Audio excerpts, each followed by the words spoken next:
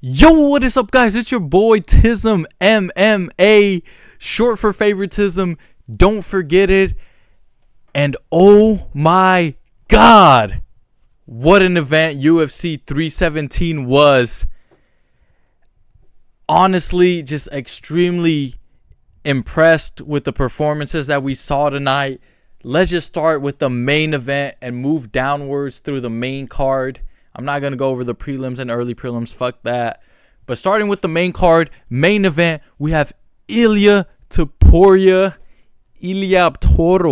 knocking out Charles Oliveira in the first round. Now, look, I did predict that Charles's head movement was going to be his downfall. The way he kind of marches down and gets in the pocket without moving his head, and how precise Ilia is with his shots and the power that he generates. I just had a feeling that he was going to find the shot. I did not think it was going to be that early. I did not think it was going to be that devastating. And my God, did Ilia deliver. An absolutely devastating knockout over Charles Oliveira. And I mean, like, I saw it coming, but still, it just shocked me to my core. Like, Ilia is just different. Ilia is absolutely different. He is a special breed. He has the best 3 wins in a row. Knocks out Alexander Volkanovski, the greatest featherweight of all time. Knocks out Max Holloway, second greatest featherweight of all time. Knocks him out for the first time ever. He had never been chinned before. Keep that in mind. And then goes up a division and knocks out probably top 3 lightweights ever, Charles Oliveira, in the first round. Brutally knocks him out. Insane 3 wins in a row. Ilia Topuria is cementing himself as one of the greatest of all time this early in his career. I am genuinely so excited to see what he's going to do in the future. It seems like he's probably going to get matched up against Paddy Pimblett to defend his lightweight title for the first time. I don't know how long he's planning to stay to lightweight. I know he's waiting to see if Islam Makhachev wins the belt at 170 at welterweight. And honestly, I really don't know if he's actually going to move up. I think he might be a little too small for that division. If he fights Islam at 155, it's much more compelling and competitive. And I do think Ilia has a very good case for winning that fight and knocking out Islam. But at 170, I don't think I'll see it the same way. I think Islam will be a little too big for him.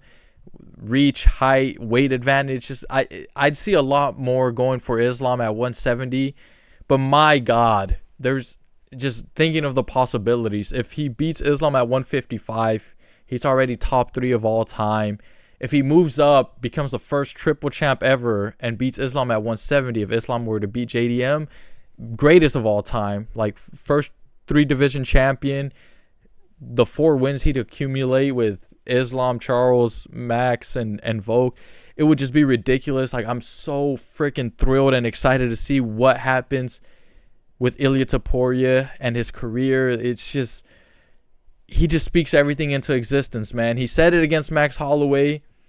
You got to see it first to believe it. But with Ilia, he believes it first and then he sees it. And that's what's different about him. He manifests everything. He backs himself up. He knows what he's got. He knows he could get it done. And he goes out there and he gets it done. Absolutely ridiculous fight. Ridiculous knockout by Ilia Topuria. Holy shit. Moving on to the co-main event, we have Alexandre Pantoja against Kai Kara-France. And this, I also expected Pantoja beating Kai Kara-France. But man, Pantoja just keeps proving us why he's one of the greatest flyweights to ever fucking do it. And he's getting close to DJ, man. I know in terms of title defenses, he's far off. But the level of competition and the way he's beating these guys, it's crazy, man. It's crazy because DJ was just not fighting these type of fighters. And Pantoja's going out there and he's getting it done every time. Just looked incredible. His wrestling, his jiu-jitsu, you always know it's going to be fantastic. You always know it's elite. But I think it's very underrated, his striking, just because he Pantoja trusts his chin.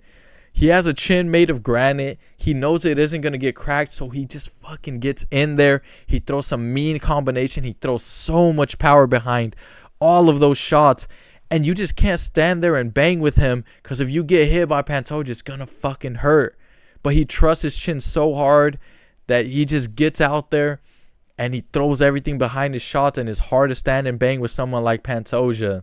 And then you just never know when he's going to throw in those takedowns, when he's going to mix in the wrestling and jiu-jitsu. And that's where he gets you, man.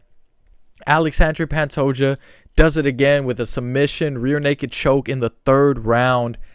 Absolutely insane. Please, UFC, media, whatever, I don't know who's in charge of the pound-for-pound rankings, but please, for the love of God, put this guy in the top 5.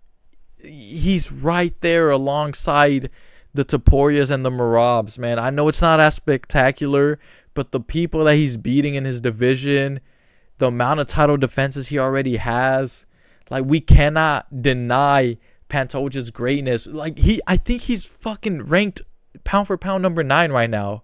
They're probably going to bump him up after this fight, but come on. Pound for pound number 9? You've got to put Pantoja above all these other people. He's defended so much more. He's finishing people. He's honestly having pretty exciting fights. I know the flyweight division gets a lot of slack, a lot of bullshit on how boring it is and how these guys are midgets and just don't put up exciting fights. But let's be real. The scrambles, the skill sets, the way these guys throw their strikes, the way they stand and slug and everything. Flyweight's actually entertaining, man. I don't know if that's an unpopular opinion. It feels like it nowadays. But these guys stand and bang. They do some crazy ass shit. Their scrambles are so much fun. Like, we can't deny that some of these flyweight bouts are insane. And as proof, I mean, let's take a look at the fucking featured fight. Brandon Royval, Joshua Vaughn. Insane fight. Fight of the year so far, in my opinion. This was an absolute freaking war. 200 plus significant strikes on each fighter. The way they cut each other up, threw combinations, countered each other, mixed it all in terms of kicks to the legs, to the body, strikes to the head, just everything. It was such an entertaining fight. And honestly, I did have Royval. I was wrong in my prediction there. I genuinely thought that with his experience, the way he's able to mix in everything and adapt to fights, that he'd be able to get this done.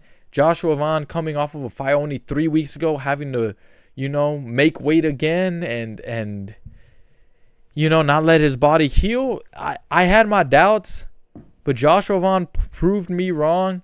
He showed that he is definitely an elite fighter. His counter-striking, his combinations, his cardio, top tier. He looked incredible out there, man. What an incredible fight. An absolute slugfest. I was genuinely impressed by both fighters. It was such a great freaking watch. Like I said, in my opinion, fight of the year so far. Oh, man. Like, I was with my boys. We were fucking screaming. This fight was insane. It was so much fun. Just tit for tat, these guys were going for it. And, oh, man. What a fight. I think Pantoja Vaughn is probably next. I don't really know what's coming. I'm pretty sure it's going to be that, though. And honestly, I'd have to side with Pantoja. I don't think Vaughn has enough power to stifle Pantoja's grittiness, his ability to just kind of lunge in there and throw everything behind his shots, like I said earlier. And then he's just going to be able to mix it in so well. I don't think Vaughn's going to be able to predict whether it's going to be a big slugging right hand, whether it's going to be a takedown and then he gets your back and threatening submissions. Like, I think Pantoja's going to be able to get that one done. In all honesty, I don't really see how Joshua Vaughn wins that fight. But, he already proved me wrong tonight. Maybe he'll prove me wrong again. I doubt it, but we'll see.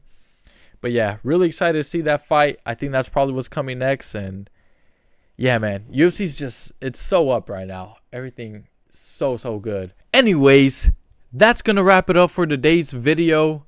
I really hope you guys enjoy the fights as much as I did. These were crazy as hell tonight.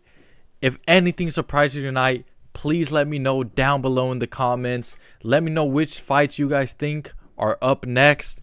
And as always, fellas, keep it in mind. Have a blessed day.